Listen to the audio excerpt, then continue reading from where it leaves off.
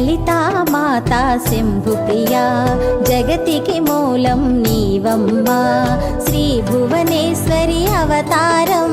జగమంతటికి ఆధారం హేరంబునికి మాతవుగా హరిహరాదులు సేవింప